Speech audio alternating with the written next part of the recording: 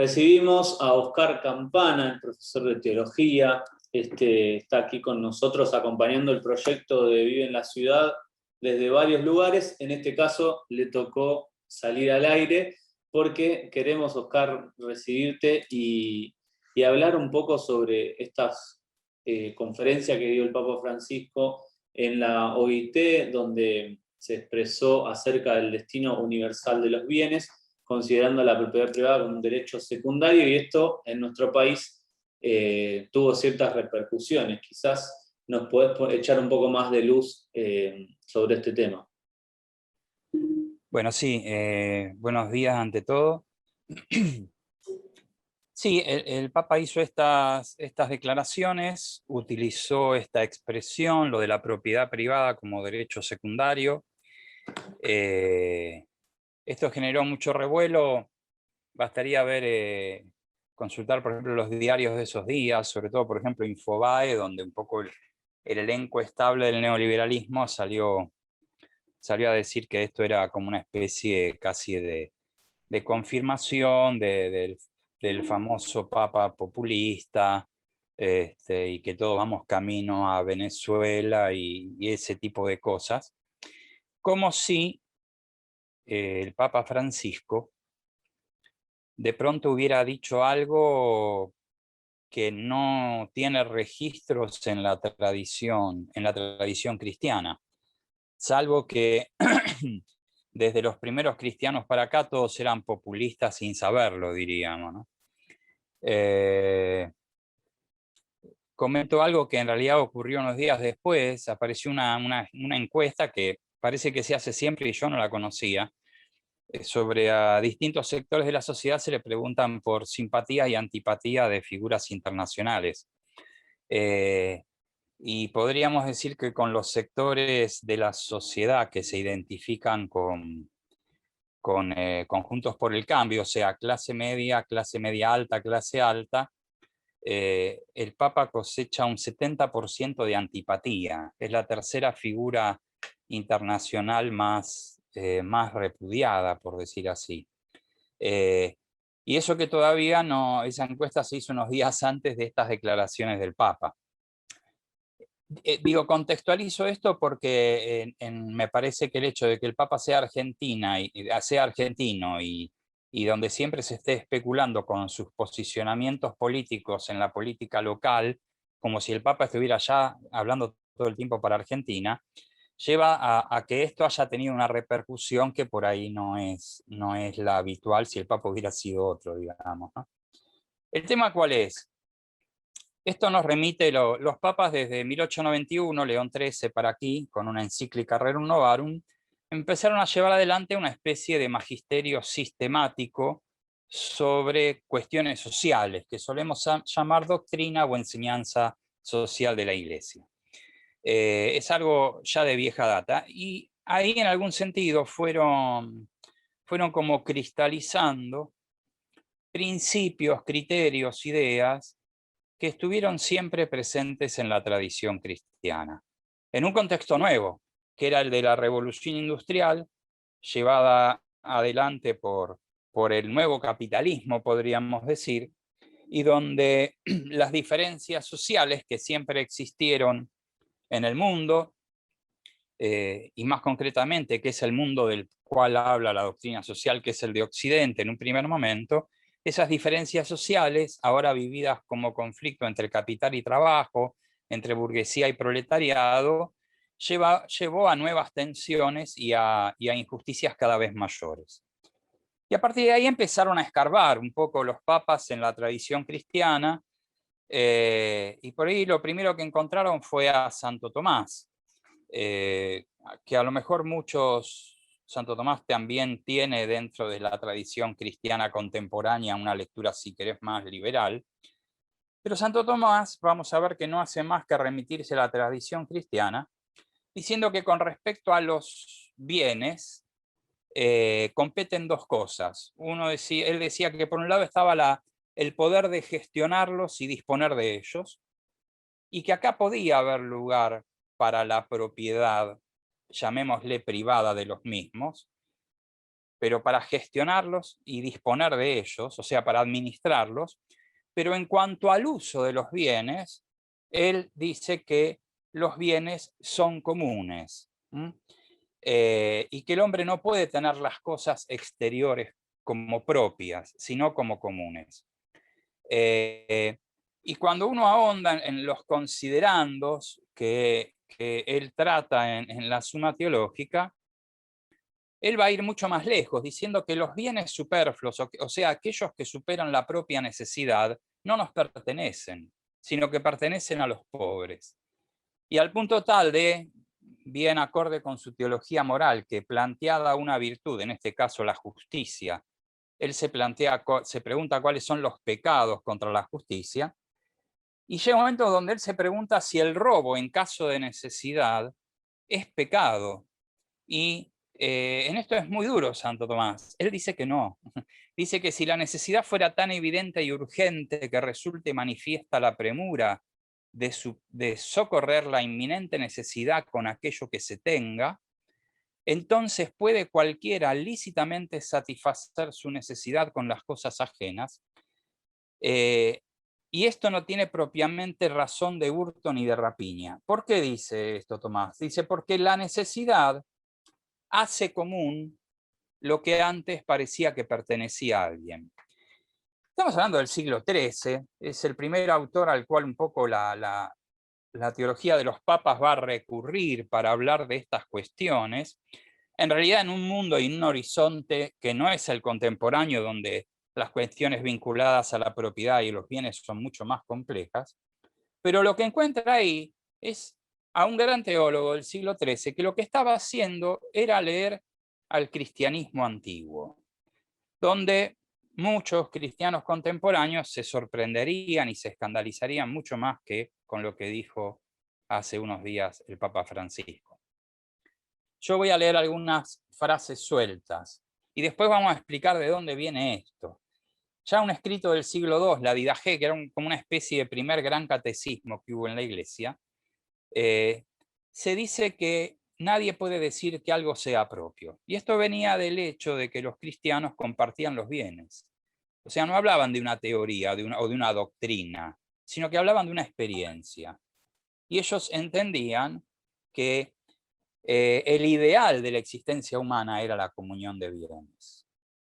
Ya en el siglo IV, alguien como Basilio Magno decía que los ricos, por haberse apoderado primero de lo que es común, se lo apropian a título de ocupación primera. O sea, el único derecho que el rico, dice él, puede esgrimir para decir que algo le pertenece es que él llegó antes. Dice, y esto no constituye como tal ningún derecho. O Clemente de Alejandría, la gran figura, una de las grandes figuras de la escuela de Alejandría, dice, Dios creó el género humano para la comunión o para la comunicación de bienes. Luego, todo es común y no pretendan los ricos tener más que los demás. Fíjate, él está diciendo acá que cuando Dios crea el mundo se lo entrega al hombre en su totalidad y que el ideal es el de la comunión o comunicación de bienes. Cuando pegamos saltos de siglos y vemos que el Papa dice que la propiedad es un derecho secundario, está diciendo que hay algo que es primario. Y lo primario es esto que termina llamándose en el cristianismo antiguo el destino universal de los bienes. Y con el correr de los años, las encíclicas papales irán dando cada vez más lugar a esta expresión. Dirán que sobre la propiedad privada pesa una hipoteca social, dirán que la propiedad privada está sujeta al destino universal de los bienes. Juan Pablo II lo vinculará al trabajo y dirá que lo que justifica que alguien posea algo es que ese bien esté al servicio del trabajo y del trabajador. ¿Por qué? Porque es el trabajo el instrumento a través del cual las personas acceden a la comunión de bienes.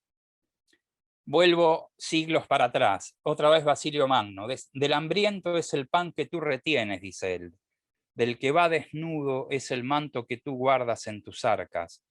Del descalzo el calzado que se pudre en tu casa. O el gran Ambrosio de Milán, el maestro de Agustín. No le das al pobre de lo tuyo, sino que le devuelves lo suyo. pues lo que es común y ha sido dado para el uso de todos, lo usurpas tú solo. La tierra es de todos, no solo de los ricos. El mismo Ambrosio dice que la naturaleza engendró el derecho común, y cuando los padres de la Iglesia hablan de la naturaleza, dicen de cuál era el destino que Dios le dio a la creación. La naturaleza engendró el derecho común y la usurpación hizo el derecho privado. Fíjense que esta idea de que detrás de la propiedad privada hay una especie de robo originario va a ser retomada por el socialismo utópico de los siglos XVIII y XIX, e incluso por las corrientes socialistas que van a nacer llamándose a sí mismas científicas, diríamos, ¿no? Hay un robo originario. Ambrosio dice, el mundo ha sido creado para todos y unos pocos ricos intentan reservárselos. Fíjate esta frase, ¿no? Porque en la encíclica Laudato Si, el Papa Francisco cita un documento de los obispos de Nueva Zelanda, donde ellos dicen que un 20% de la población mundial consume recursos en tal medida que roba a las naciones pobres y a las futuras generaciones lo que necesitan para sobrevivir. Es como actualizar para el siglo XXI esa frase de Ambrosio cuando dice que el mundo fue creado para todos y unos pocos intentan reservárselo. ¿A qué voy con esto? Que el Papa no está inventando una doctrina, la está reactualizando con su propio lenguaje para los tiempos que corren, en un tema que es muy sensible. Yo voy a poner un ejemplo de nuestra historia relativamente reciente. Antonio Cafiero, el abuelo del actual jefe de gabinete, fue gobernador de la provincia de Buenos Aires entre 1987 y 1991. Él, que venía de una fuerte inspiración cristiana, como muchos políticos de nuestra sociedad, propone una reforma constitucional provincial donde incluye el concepto y el principio de función social de la propiedad.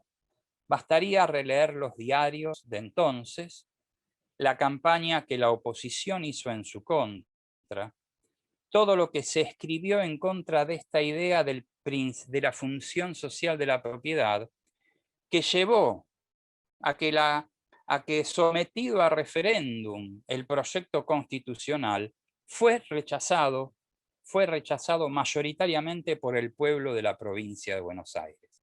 Porque lo que se decía era que si se instauraba el principio de la función social de la propiedad, iban a venir a robarte tu casa, iban a venir a sacarte tu casa amparado en el derecho. Y esto es una barbaridad por muchos motivos, porque en la discusión contemporánea, que quizás no es la de los padres de la Iglesia, cuando se habla de propiedad, lo que se está discutiendo es la propiedad de los medios de producción. ¿Qué quiero decir? Es la propiedad, si uno lo simplificara mucho, es la propiedad de aquellos medios, de aquellos bienes que hacen que la producción pueda ser llevada adelante. Si uno lo redujera en su expresión más simple, uno podría decir la fábrica, o uno podría decir la tierra.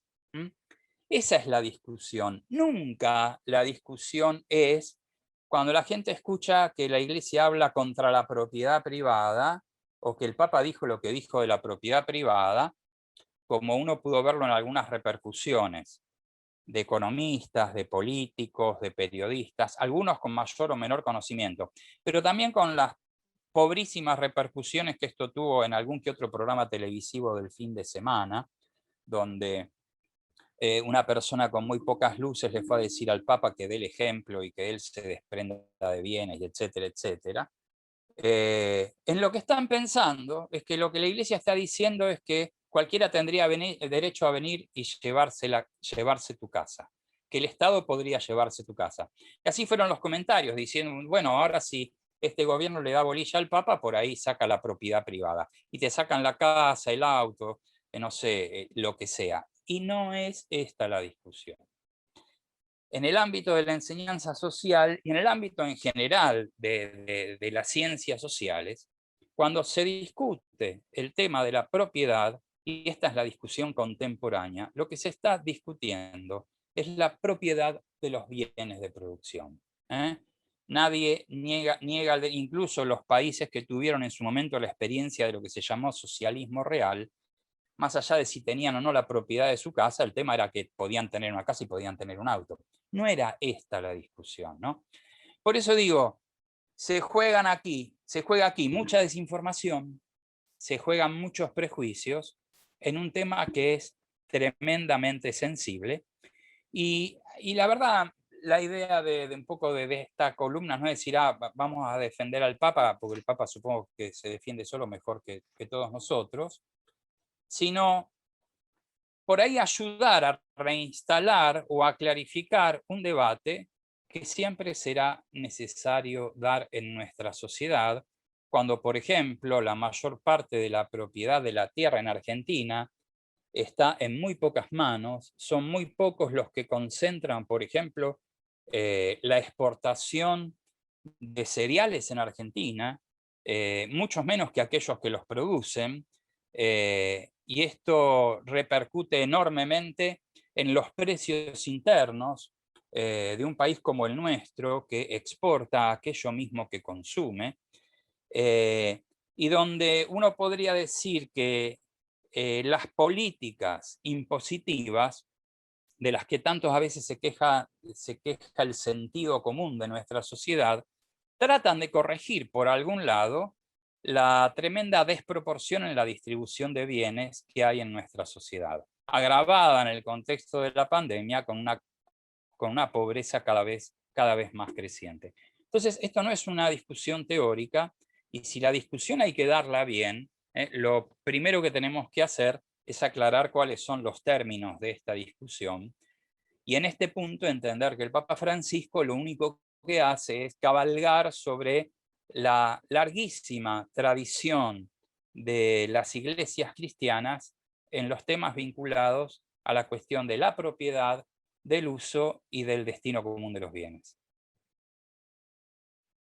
Excelente, parecía la calidad de la charla esta, excelente, Oscar.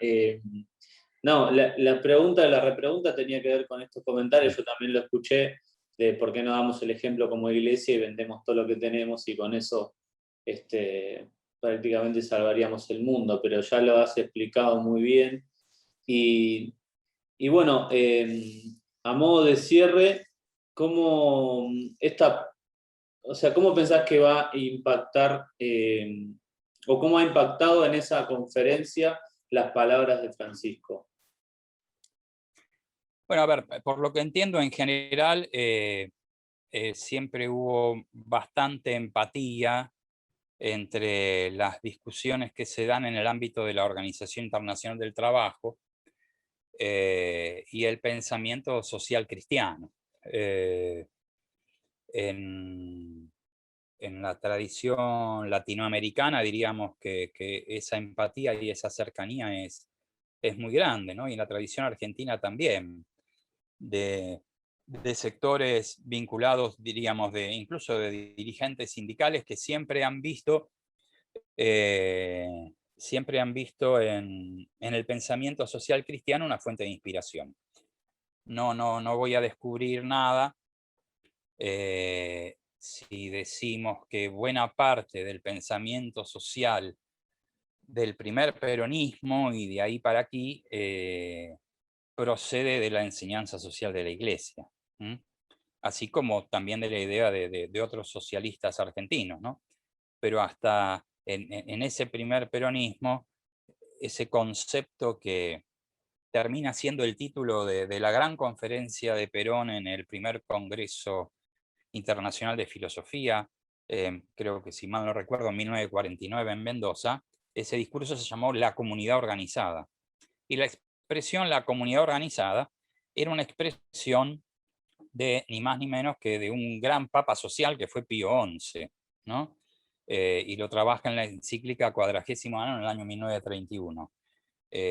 Perón, en los tiempos en que Pío XI era papa, él estuvo haciendo como su posgrado en las escuelas del ejército de montaña de Italia, y conoció muy de cerca ese pensamiento, al punto tal que él hace del concepto de comunidad organizada un concepto central para pensar al país, por lo menos con los criterios de aquella época, donde claramente en la idea de comunidad organizada y una cierta idea corporativa, etcétera, etcétera. Por suerte todas las ideas evolucionan, pero lo que quiero decir es que en la raíz del pensamiento social de muchos sectores políticos de nuestra sociedad, late esta cercanía con el pensamiento social cristiano, que quizás en América Latina haya permeado más que en otros lugares, aunque paradójicamente en América Latina nos encontremos frente a la región del mundo con mayor desigualdad. No digo con la de mayor pobreza, pero sí con la de mayor desigualdad. Y habrá que esperar recién al documento de Puebla en 1979 para decir que esta especie de contradicción, ¿no? Esta gran contradicción, la de la región, quizás una de las regiones del mundo más cristiana y a la vez una de las más desiguales, sea escandalosamente, o sea, la contradicción de cristianismo y desigualdad aparezca como un escándalo permanente para nosotros. Pero es un poco la historia de América Latina y su pecado original, ¿no? Un continente, una región que fue conquistada y construida sobre el despojo, y la herencia de esos despojos y de ese despojo aún pesa sobre nosotros, ¿no? Oscar, millones de gracias por tu tiempo, por habernos dedicado estas palabras y bueno, nos volvemos a encontrar en breve. Dale, Nelson, cuando vos quieras. Les mando un abrazo a todos.